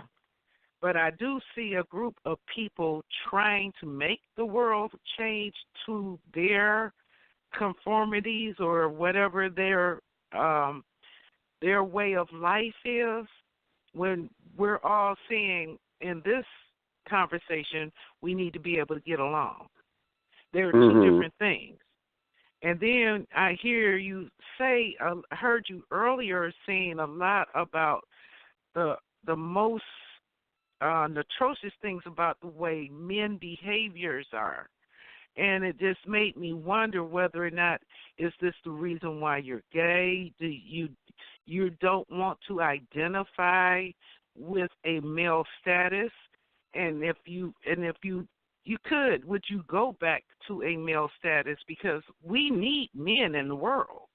We need men to marry, reproduce, and that's what makes the world better. This does cause a lot of confrontation. Okay, let me address that. Number one, I am always a man. Everything that I do, baby, I am always a man. That's first and foremost. I'm always a man. Okay. My sexual attraction is to another man. I'm not sexually attracted to a woman. Now, have I had sex with women? I have, but it didn't do nothing for me. It wasn't the bells and whistles. It did not do that for me. So because of that, I always thought something was wrong because I didn't get that. I was like, okay, this is what's, and that was not that for me. My growing up, my parents divorced when I was 8. So the first 8 years of my life, my father was there in the house. And I watched the kind of man he was. And at one point in time, I thought me becoming gay was to be anti-him, and I used to say, well, I don't want to be that kind of man. And the more that I ran from my father's characteristics, the more I found myself running right into them, because I was trying to deny him, and I couldn't, because he's a part of my DNA. So everything about him, I then learned that I'm not him, I'm me. But there's some things that's just a part of me that is him, that I've come to accept. And then the stuff that I don't like that I can change, I did. So because of that, I had to learn to be the man that I am. Now, I'm not the most masculine. I don't like sports. Lord knows I don't know how to work on nobody's car or nothing like that. But don't get it twisted. Okay? Do not get it twisted. The whole thing of it is, now, I may not have any children of my own, but, baby, I've raised the world. Okay? I've been uncle. I've been daddy. I've helped my mother raise my siblings. So I've raised the world. Okay? And I still mentor. So I may not be fruitful and multiply in the traditional sense or in the biblical sense, but trust me, honey, my seed is out there, my influence is out there. I have raised some wonderful men and women who are doing fabulously well that still give me progress reports that I check in on. So no, I'm still a man, baby. I'm just not what society may say supposed to be, but I'm always a man. All right. Even in my and then you're like you said, mentioned before, you're right about men do not like to cause attention to themselves. And, you know, you were mentioning about when you're with your partner, how you're snapping your fingers and you're, you know, women, you know, ladies that cause attention to themselves are not ladies. You know, it's about how you carry yourself.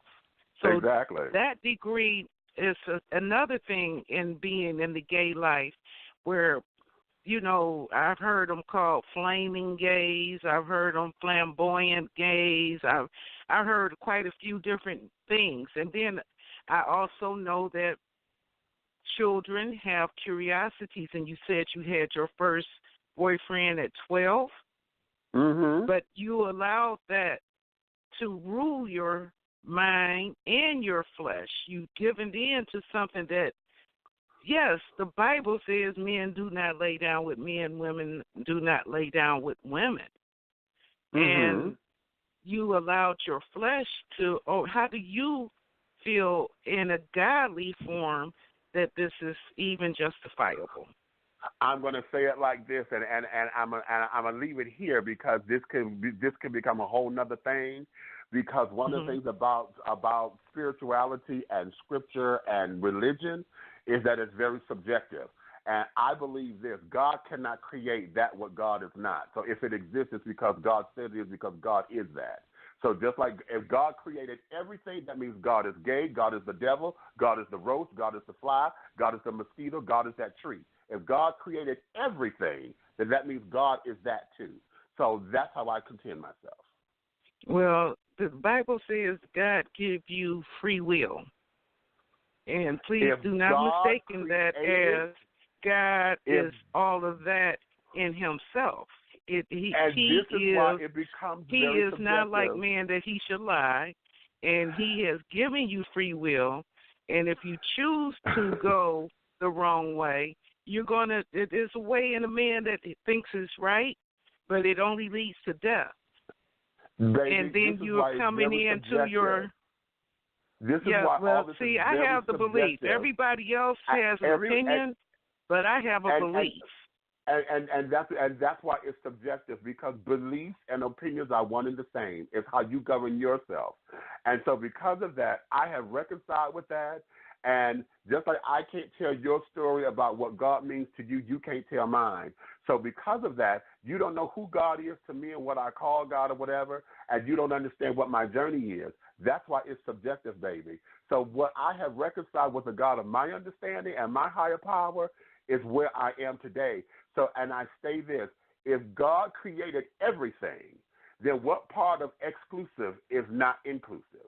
Because God created everything. So if he created everything, then that means he created me too. And if I look in the mirror and you say I'm a part of God, created me in that image, then everything about me means that I am a part of God.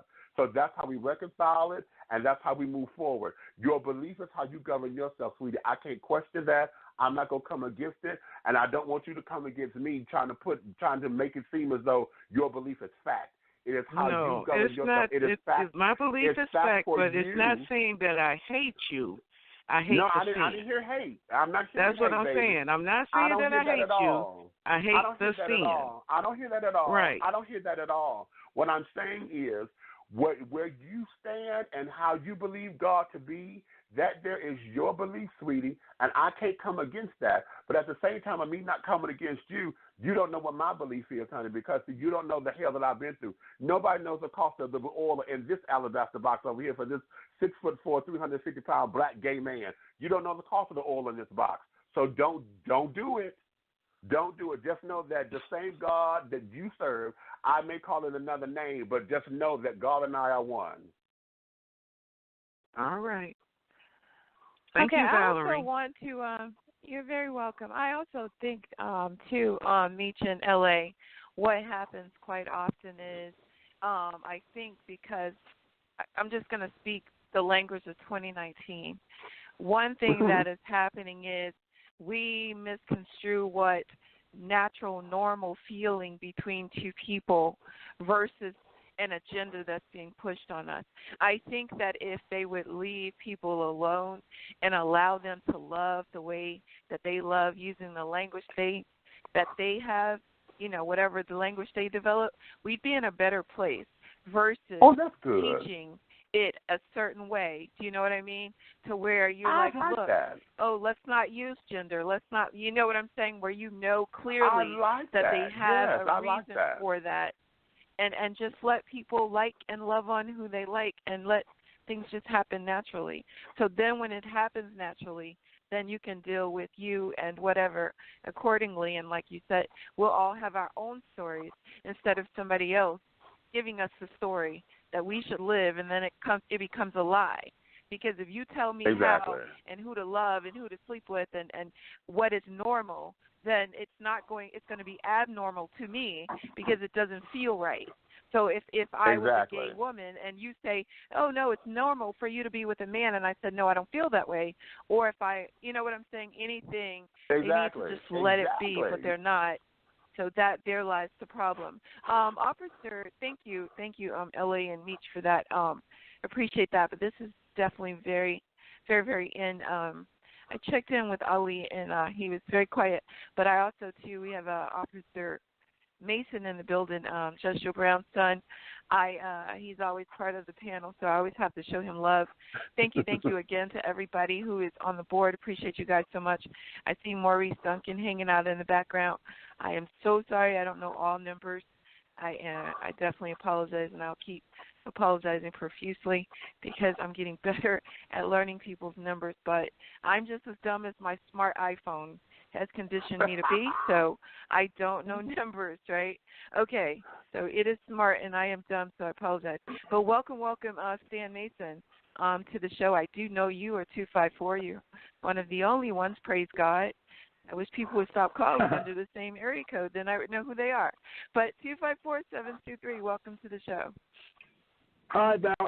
Do I sound okay? I'm driving. I don't want noise to bother anybody. Oh, yeah, yes. Sound good. Yes, just project and we're going to be good because Hello, son. want to make sure we can hear you.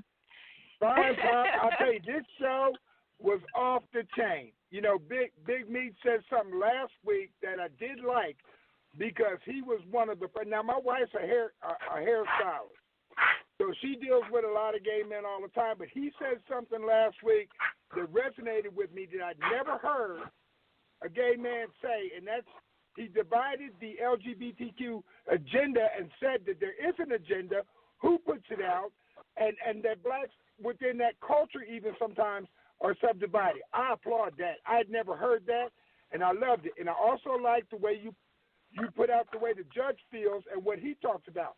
Now, for my expertise, just in my little world, and I like to stay in my lane. I would love to see more LGBTQ police officers, firemen, and when I say firemen, that's women too, judges, and all these people that are dealing with the injustice in the criminal justice system. They need to start speaking up because they are just as marginalized and discriminated against in policing as anybody black or anybody that's a straight woman. But they remain silent in it. They don't take a stand. They don't speak up. And I would just like I call on black officers to speak up about the injustices, and not just in policing, but the criminal justice system. You know, we've got a lot of LGBTQ people who are judges. They are police officers, firefighters, probation officers, sheriffs, deputies, and they're open and they're out. But they're silent. And, you know, sometimes you got to come into the field and do the work. You can't just be there at harvest time. And that's right. That case, and you know, that's something I would love to see. You can't ride the laurels of those who are out there doing it. Val, this show was groundbreaking, earth-shaking.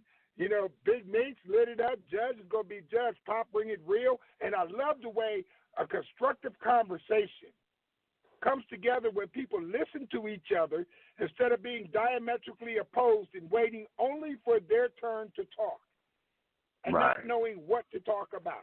So I love it. Big Meech, I'd like to get you on my show because you can light some folks up over there. But Val, thank you for and please share my information with them. And Pop, always good, great show. This I'll tell you what, I'm putting this one out. I'm gonna talk about this one tomorrow while I'm lighting up some folks on my show. So it's all good, and I love what CeeLo had to say. You know, do you? That's the ultimate thing. when it all comes down to it, if I had to say one thing about this show, just do you. Instead of getting in somebody else's Kool-Aid, get yours sweet to the taste that you like. And I'm gonna but doing you does, but doing you should not impose on me. That's right. If I get my Kool-Aid right, then I don't need to worry about tasting yours or telling you how to about that? Do your taste. Unless I want to share it. Unless I want to share it, and you're willing to say yes, pour me some. See, otherwise, it's got to be a give and take situation, and that's what we're losing here. We're losing that because everybody makes assumptions and want to sit up there and want to dictate what's supposed to be. First, just ask, baby. If you ask me, child, hell, you might get a little further. Gotcha. All right, guys. So let me add a quick summary here. What I'm listening to is this: what somebody does in their bedroom is their business. When somebody tries to interject something in your living room, it becomes your business. Mm-hmm. If that makes sense. And the other thing I'm picking up, and what I'm picking up here too is another thing. There are people with an agenda who have adopted surrogates to carry out their agenda that aren't necessarily in the best interest of the surrogates, if that makes sense. Yeah. In other words, and that would be powers don't fight a war anymore. They get a third world country to do it. See? Exactly. Right. Exactly. So when we at start this talking, time, when we call for more police officers and judges and need a part 2. Yeah. Oh, yeah. Philo, you spoke this into existence. I think we're going to have to do part 2, definitely that. Ladies first, Christian, could you please give us your social media information? Because I don't want them to shut the lights off, and we haven't, went around the board to get our final information. Thank you. You can find me on Twitter at MediaMaven901, and the same on Instagram. And to check us out on Facebook, Wonder Woman, that's WOMB, Woman, on Facebook, and WonderWoman.com. Check out our story. It's Big Meech. You're welcome to come to any platform that I have to discuss anything. Judge, you're always welcome. Well, bless you. Thank you. The thing of it is, because I'm following you on Facebook, because I am Wonder Woman, honey. So when I saw your telling of that, I thought, who is this? So anything Wonder Woman, I gravitate to. So I'm already following you there. Wonderful. Thank you. Okay. All right, Big Now Meech. for me, I am Big Meech. That's BIGMEACH. Peach with an M. You can find me on Facebook. Twitter, I'm Big Meech 7109. No, that's not right. That's Instagram. Chad, you're trying to get all this stuff together. On Instagram, I'm Big Meech 7109. On Twitter, I'm Big Meech 1. So Big Meech, BIGMEACH. Then on that's Facebook. Twitter, I'm Big Meech 1. YouTube, I'm Big Meech 1.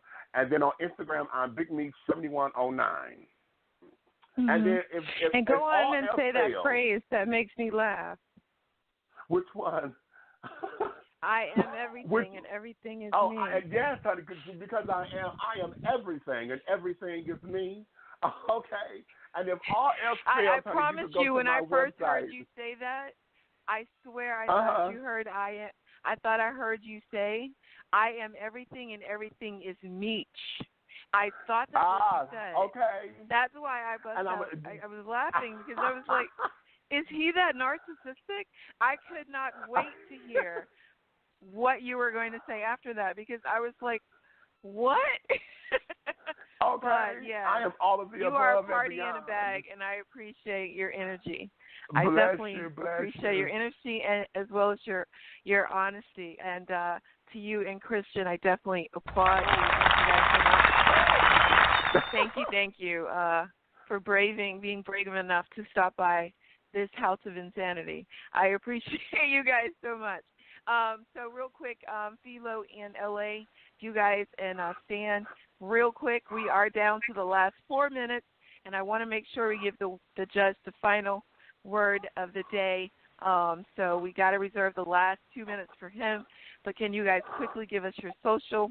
And I see My hard-headed stepbrother has raised his hand, but I have to open up his line. Ali, give him 30 seconds. But starting with LA, ladies first, your contact information real quick, and then Philo. I'm L.A. Kaiser on Facebook, and I am L.A. Kaiser on Instagram. Thank you, ma'am. Philo the Great. Well, it's real simple. All social media platforms, it's the same. Philo the Great, PH like phone, ELOTHEGREAT. Get with it or quit it, barbecue a meal, do some, will some, won't some, do some, don't. You don't like it, you got two choices, either check it or respect it. Valerie. All right. Thank you. Officer Stan Mason, or retired officer. I got to get used to that. Sorry. Yeah, that's okay. I'm Stan Mason on Facebook. I'm StanMason.com at the website. Officer Stan Mason on YouTube and on Twitter. And the host of Behind the Blue Curtain, and we're going to be on 10 o'clock tomorrow. We're going to light somebody up. I'm bringing an ashtray to the table tomorrow because we're about to get it. All right. So, Big Meech, that's where you will find Officer Mason. Please join him on Facebook, and his website is stanmason.com. Okay? I'll text that to you because he just sent out an invitation for you to join him tomorrow. He's on Central Time, so... Yeah, so we accomplished said goal. All right. So, yes, last but not least, 858-322, your mic is live. I'll give you the final word before we toss it to the judge. You can reach me at Ali on Facebook, God Rap Man on Twitter. I just want to say, Big Meech, man, you made me a fan of yours last week when you spoke on the wardrobe and the malls and how they twisted it up, man. I became a big fan of yours, great brother. So I love you, man, and hugs to you, Big Meech, man. Ain't no discrimination or nothing, brother. You's a human being, and Rev Ali got your back, man. And I just want to say, watermelon and cantaloupe, heart attacks and strokes. You know what I'm saying? Get ready to quit it, like Philo the Great. What? Okay, that is not your line, Big Meech. That is not his line. This is his line. Smoke weed every day. Every second. Okay. But yeah. So we had a great time, Judge. We are down to the last minute. Do you have something you could say in 60 seconds? Yeah, briefly. It seems we got poetry inspired, but always think, be strong, get your act together, and the way to get somewhere is to do something, not tear somebody down. So it is what it is. Valerie, you did great today. Meanwhile, we need to find Valerie a man. She's been looking, and I've been trying to hook the lady up, and I ain't getting no success. The mute button. I'm good. Thank you very much.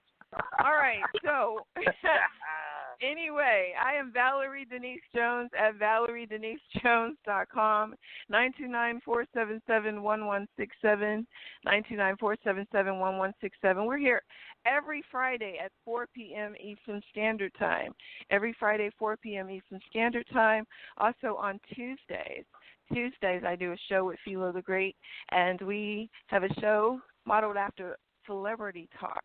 It's a big exclusive, but we're working on the title. But we interview a lot of hip-hop artists, a lot of old-school artists. So if you like music and you like to go back in time and jam out with people, then definitely join us on Tuesdays, 4 p.m. Eastern. All right, same number, 929-477. Domestic violence on Monday. So if you got a story, please join us, share it, because we do promote it, and we're looking to save lives. Thank you so much to Judge Joe Brown. Thank you again. We love our guests. Thank you to Big Meech and Christian and everybody else who is there are regulars who join the panel. Appreciate you guys so much, and everybody who was on the line, who just sat back and listened. We love you guys to life. Please, again, I can't stress this enough, join us on social media so that we can continue this conversation. Hopefully the judge will grab Tariq Nasheed so that we can continue this conversation because Tariq Nasheed had something to say about today's topic. So hopefully he will be in the building next week. And I think Maurice told me Andre Taylor will probably be joining us as well. Give me a J. J. What? Give me an O. O. Give me an E. E. What's that spell? Yo. What's that spell? Yo. What's that spell? The Judge Joe Brown Show, presented by Valerie Denise Jones. Uncensored truth with a legal twist. Friday, 4 p.m. Eastern Standard Time, 929-477-1167. Or visit MissValerieDeniseJones.com for details.